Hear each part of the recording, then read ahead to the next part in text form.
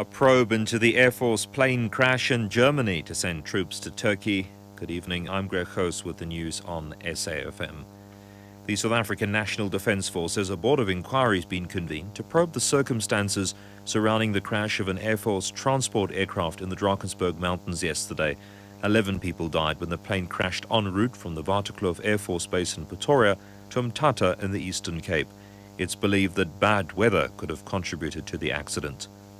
Sonele Buthelezi reports. The area can only be reached on foot or by air. The majestically high and rough mountains are notorious for crashes, which usually involve small private planes. This morning, clouds hung deceivingly low, covering the top of the mountains. The only activity of a possible recovery operation that we were able to observe was a chopper flying high above the mountains. Sonele Buthelezi, SABC News, Giants Castle. ANC Deputy President Clement Motlanthe has credited Jacob Zuma for the country's turnaround strategy in dealing with HIV/AIDS. He delivered the ANC's last centenary lecture on Zuma in Potchefstroom in the northwest. Zuma is the 12th president of the ANC. Motlanthe says the Zuma administration has worked hard to reduce AIDS-related deaths. His government, we have had to contend with, is the victory in the area of the struggle against HIV and AIDS. Through his sterling leadership, life expectancy has now been increased to 60.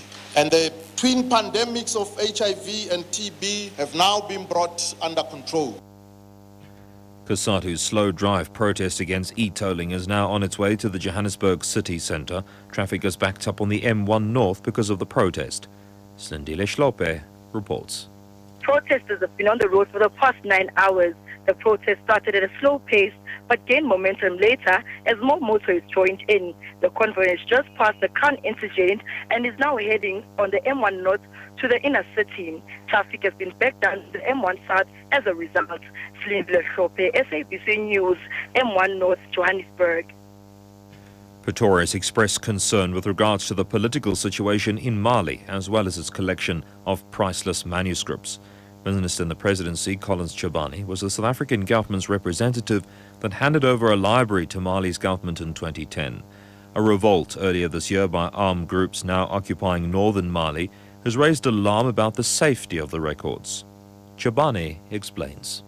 As soon as the matter is resolved and the government starts functioning properly, an assessment is going to be made. That institution and those renovations and rehabilitation were part of the NEPAD program. So NEPAD will have to take account of that and see what next can be done in order to restore regard to the manuscript. The German cabinet's approved plans to send defense missiles and soldiers to Turkey and a NATO command to bolster security along the Syrian border. NATO agreed to the request after a number of Syrian shells landed in Turkey.